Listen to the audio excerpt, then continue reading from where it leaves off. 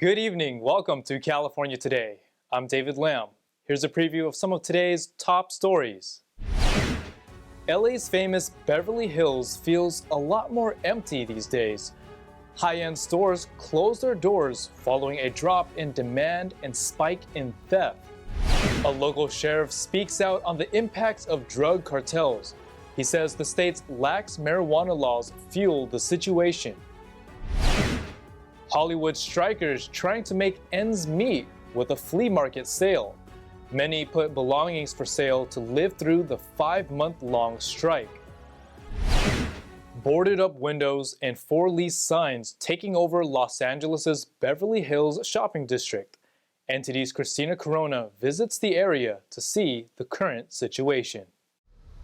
Beverly Hills is known around the world as one of the most fashionable places to shop. We're here at the heart of it all on Rodeo Drive, but some stores are looking quite different lately.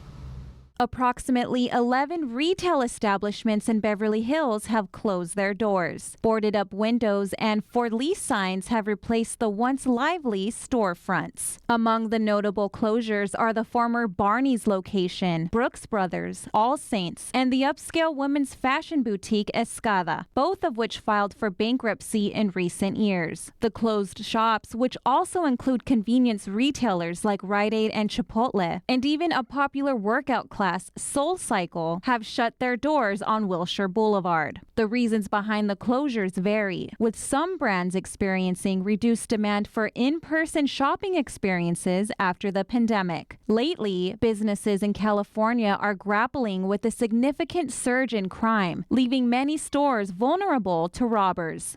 Despite some of the businesses here being closed or are for sale, Rodeo Drive is still alive and thriving. Christina Corona, NTD News, Beverly Hills. Human trafficking, violence, and more is on the rise after California legalized what is often considered a harmless drug.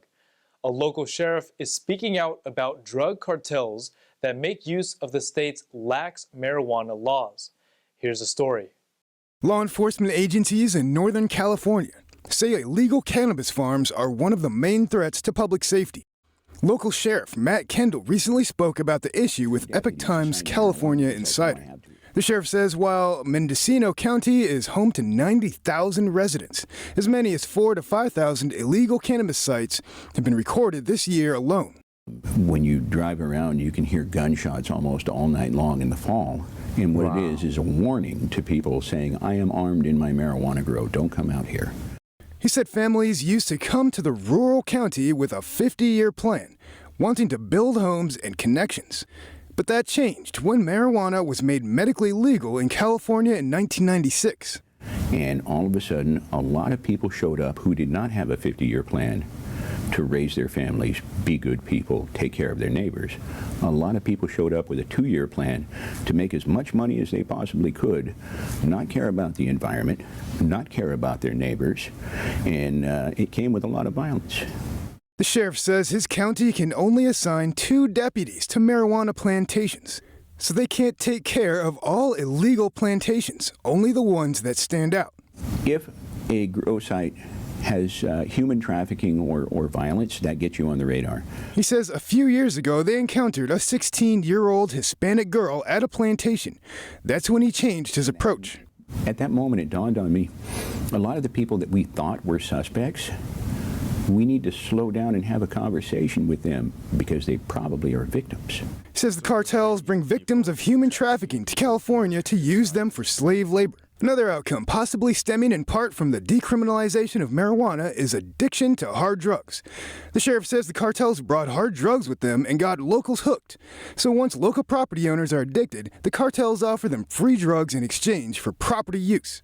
Now it's, we're going to give you some methamphetamine, but you're going to sell some of it for us. Wow. They've addicted a lot of people, and we've got a lot of addictions going on, and they're basically making slaves out of them. He says Mendocino County is now #1 in the state per capita for narcotics overdoses as a direct result from the legal drug trade that has entered. You can watch the full interview with Sheriff Matt Kendall in the latest episode of California Insider on EpochTV.com. Disney plans to invest a few $billion into its theme parks and cruise lines. The company is opening new themed lands around the world as it expands its theme parks. Disney plans to invest $60 billion into its theme parks and cruise lines over the next decade as the company continues to grow one of its more successful business segments. The company said in a regulatory filing on Tuesday that the planned investment is nearly double of what it spent in the prior 10-year period. The Disney Parks Experiences and Products segment continues to do well for the company, with revenue rising 13% in its fiscal third quarter. That's helped to offset the struggles in its Disney Media and Entertainment Distribution unit, which saw revenue dip 1%. Disney is confident in its plans, saying it's seen growth following previous periods of significant investment, which included the additions of Cars Land at Disney California Adventure, Star Wars Galaxy's Edge at Disneyland and Hollywood Studios at Disney World, Avengers Campus at California Adventure, and Walt Disney Studios Park in Paris. It's also opening new Frozen-themed lands at its Hong Kong, Paris, and Tokyo properties, along with the Zootopia-themed land in Shanghai. It also plans to create a new Pirates of the Caribbean-themed lounge in Magic Kingdom and the reimagining of the Test Track ride at Epcot. Disney's theme parks have been a top priority for Bob Iger since he returned in November to take over the CEO post from Bob Chapek. While the company didn't provide details on any specific plans it has for the $60 billion investment, it did say that, quote, there is a deep well of stories that haven't been fully explored at its theme parks yet. Disney said that it has significant room to expand its theme parks further, with more than 1,000 acres of land for possible future development to expand theme park space across its existing sites. That's equal to about 7 new Disneyland parks. Some of the company's cruise line plans are already in place, as it previously announced that it will be adding 2 ships in 2025 and another in 2026. A women's rights convention was met with protesters in San Francisco. During the multi-day convention, there were reports of threats and vandalism. NTD's Jason Blair spoke with the convention organizer's president to get her take on what happened. Women's rights group Women's Declaration International held an annual 3-day convention in San Francisco. On the second day, protesters started showing up to their hotel. They've actually locked the hotel entrance to keep them out, essentially also keeping us in. Flyers that contained a logo from the Communist Party USA were distributed, helping organize the protests. The group also promoted the protest on social media. We eventually ended up experiencing some really severe intimidation tactics. Dansky said that for the most part, protesters stayed outside of the hotel, but things escalated as time went on. At one point, one of the protesters took a hammer to the hotel's main sign and attempted to destroy it. Dansky said that eventually almost a dozen police officers were present, plus hotel security. They really wanted to intimidate us into not meeting because this movement, the so-called gender identity movement, really does not like it when women gather as a sex class to talk about our rights.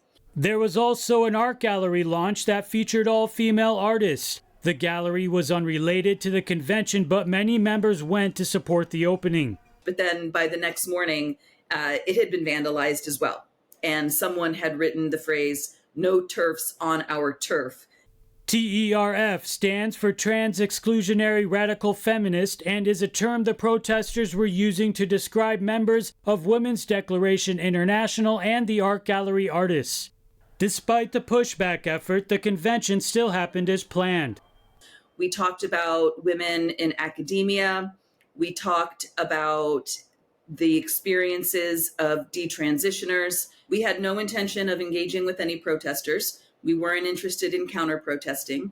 We were there to have a women's rights event, and we followed through with it. After meeting, the group firmly plans to continue their advancement of women's sex-based rights globally.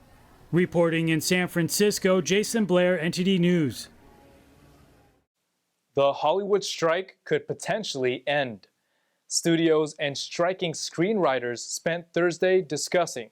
The nearly 5-month dispute has brought many film and television productions to a halt. In the meantime, Hollywood workers turned to flea markets to sell their possessions in an effort to make their payments. Hollywood workers held a parking lot flea market in Los Angeles as the twin strikes that shut down production across the city continue to bite economically for crew members who have been out of work for months. I'm guessing somewhere around 60 people or 65 people are selling here today, all in the industry. Gentleman right here is SAG-AFTRA. I've had all the IATSE chapters, 600, 702, I'm 44, 600, the painters, everybody, Writers Guild. Around 65 people were selling memorabilia, baked goods, crafts, or household items pulled from their own closets. Greg Gilday, a prop maker and flea market organizer, said he had about $2,000 in debt at the start of the WGA strike, which had jumped to more than $25,000 to cover rent and basic expenses. He sold a motorcycle and was trying to earn more cash from his collection of Star Wars toys, vintage magazines, and other items. Seems like the stories of a lot of my coworkers were such that they, have a lot of things to sell, are out of work, don't have a garage or a yard to sell them in. So pool our resources, unity incarnate. Hollywood writers walked off the job in May, followed by actors in July.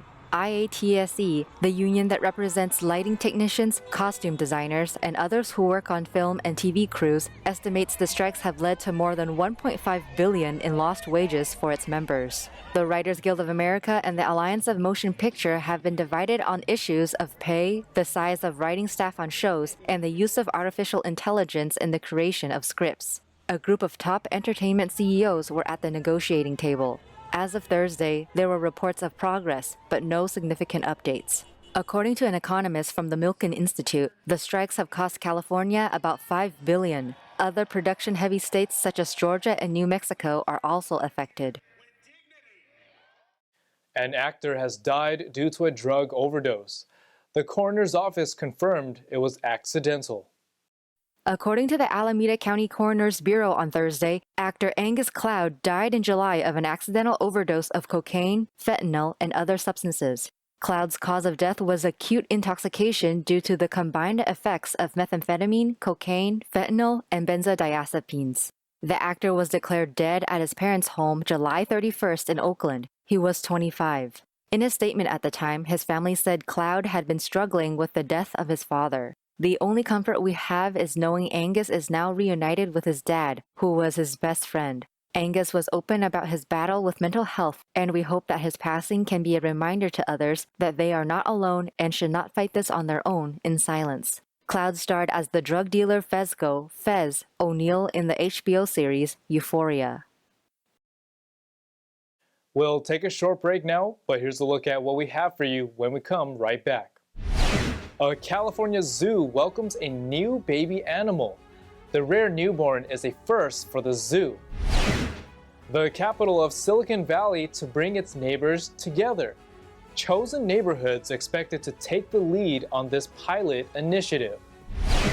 And as the season shifts, we leave summer once again. Here are some top spots to see why some fall in love with autumn. Those stories and more coming up on California Today.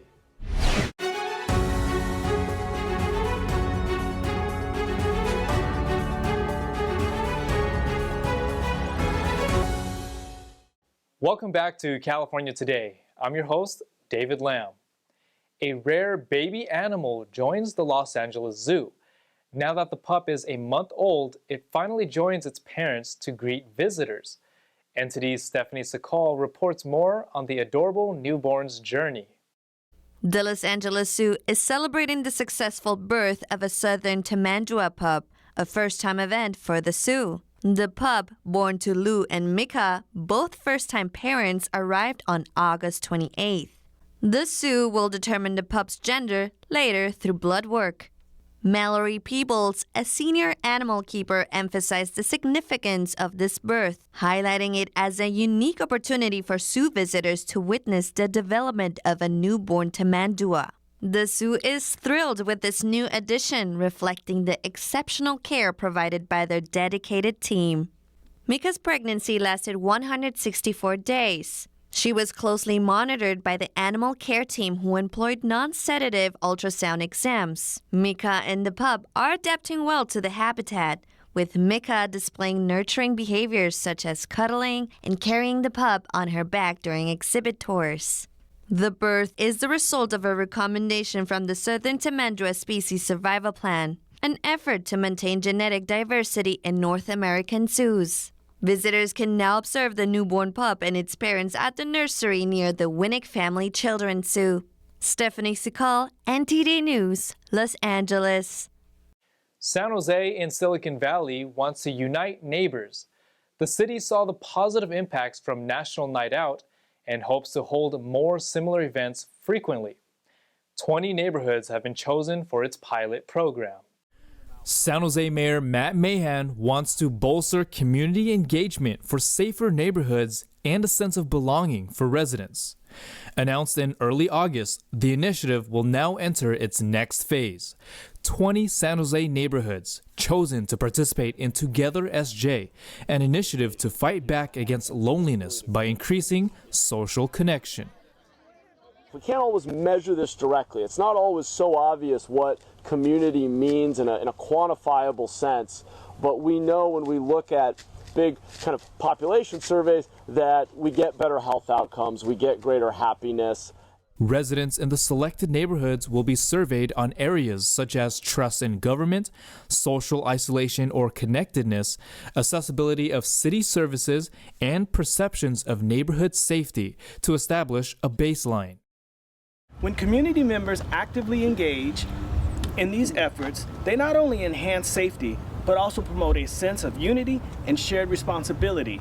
We know that when people are on a first-name basis with their neighbors, they are more likely to be civically involved, to look out for one another, to be looking after each other's property when they're out of town.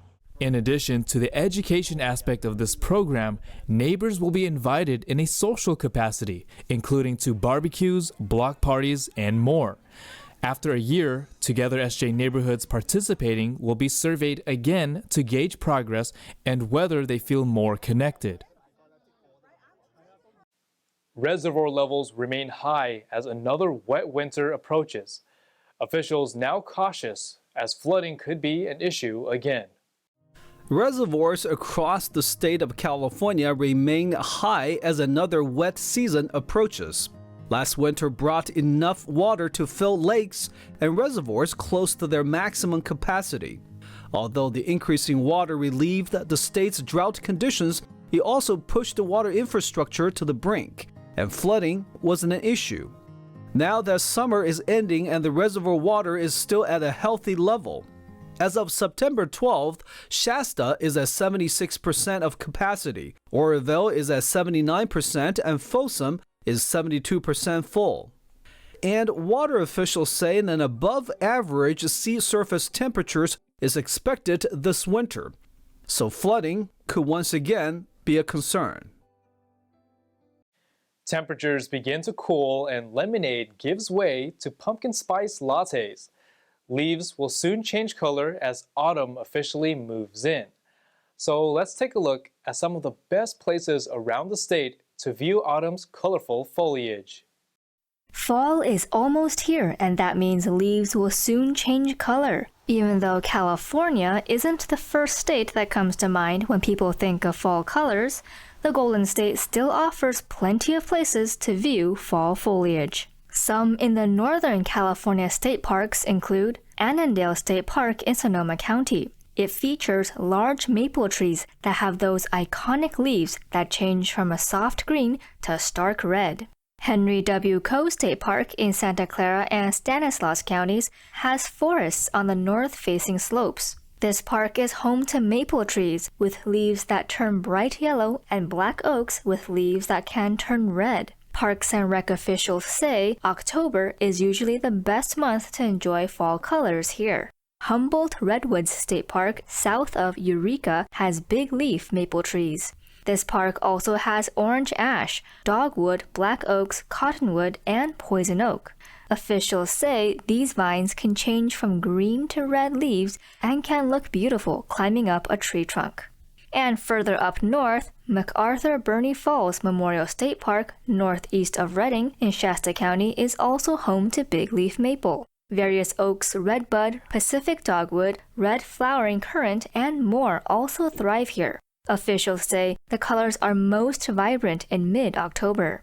And a few parks in Southern California also have stunning fall foliage. Cuyamaca Ranchero State Park, northeast of San Diego, is home to black oak. These trees have leaves that turn a nice golden yellow.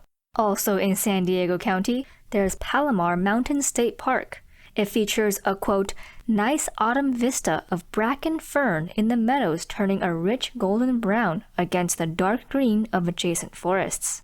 Cooler temperatures and the start of the school year means that many of these parks will be less busy, so visitors will have plenty of space and time to enjoy the sights and sounds.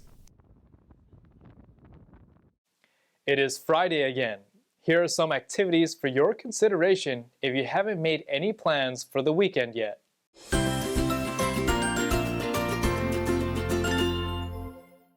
For Northern California, the 33rd Annual Autumn Moon Festival will be held in San Francisco. Over the course of 2 days, historic Chinatown on Grant Avenue between California and Broadway will be filled with arts, crafts, food vendors, live music, local entertainment, mooncakes, line dancing, and more family-friendly fun. Meet Panda and Moon Goddess in costumes, and the organizer will also hold a Barbie and Ken lookalike contest for all age ranges with fabulous prizes for the best Barbie outfits. We haven't forgotten those who live in the Central Valley. Clovis Fest and Hot Air Balloon Fun Fly will be held in Clovis, gateway to the Sierras.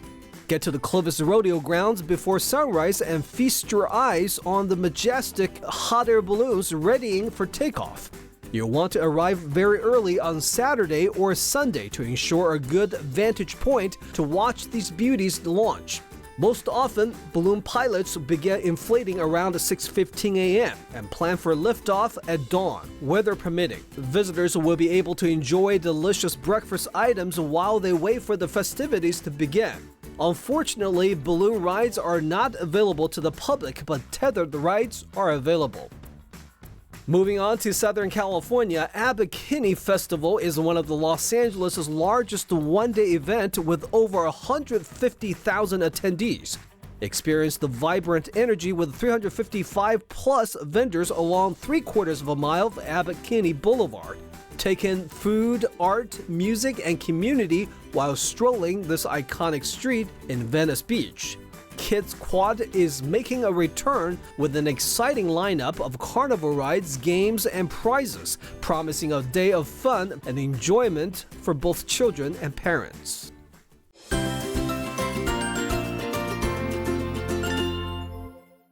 That's all we've got for you tonight. We'd like you to join us again on California Today every weekday at 8 p.m. Make sure to check out our broadcasts at ntd.com/California-today. You can also find all of our top latest clips there, ready to share with friends and family. Send us a message on Facebook, Twitter, Instagram, Ganjing World, or through our email, california.today@ntd.com. I'm David Lamb. Have a wonderful weekend.